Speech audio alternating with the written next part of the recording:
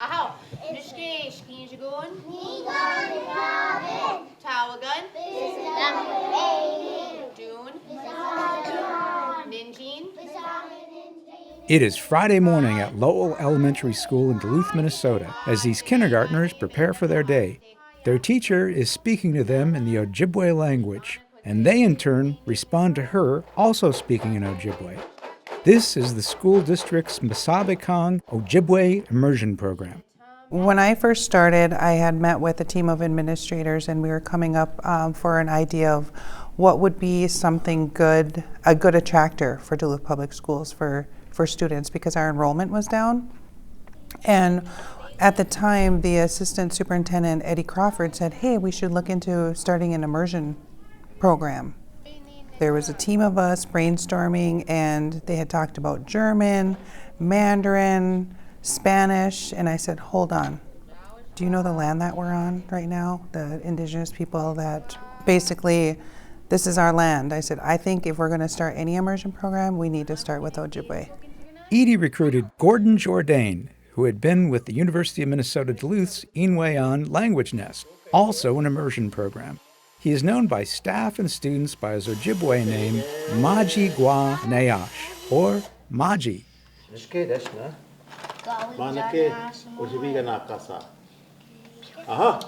Currently we have K kindergarten, first, second, third, and fourth. We started with just kindergarten 5 years ago, and we've been adding a grade ever since.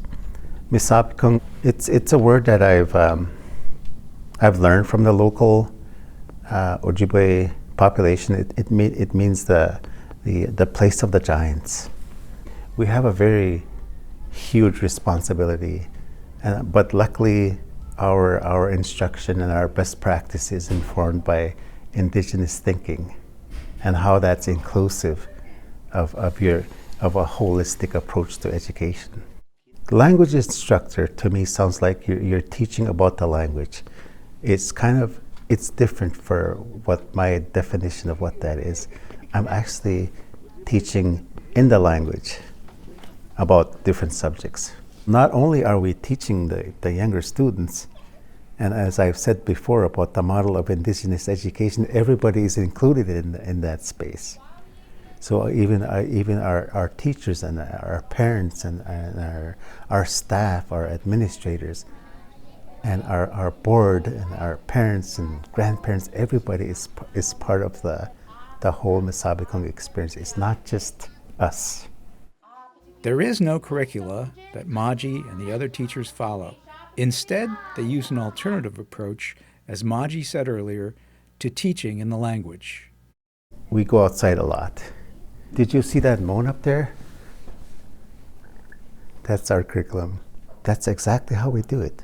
The moon that's up right now is still Iskigamisige, and you can still see that we're just cleaning up our Iskigamisige thematic unit for this month and getting ready for the next moon that's going to be up. That's how our programming and our curriculum is informed, by the lunar cycle. Indigenously, in our creation stories, that's our grandmother. She's the keeper of wisdom and teachings for us. It's local knowledge of the environment that we live in that informs our curriculum.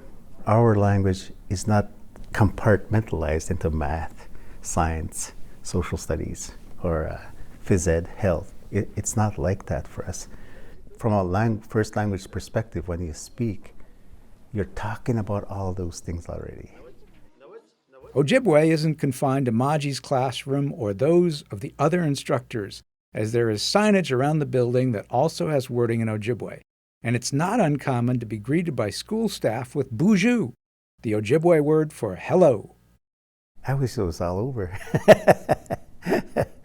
That's always been like an effect of the curiosity of the students and the staff everywhere where I've been a participant in immersion programs.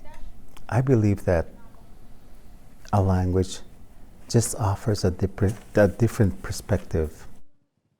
I feel like we're a very unique program in a sense that we do have 2 first language speakers here as our teachers, but also I would like people to know that we would not have Masabikong if we didn't have the strong support from our community, our elders, our young people, even our non-native community members and elders. Come and visit us. Come and watch how we come and experience our classroom.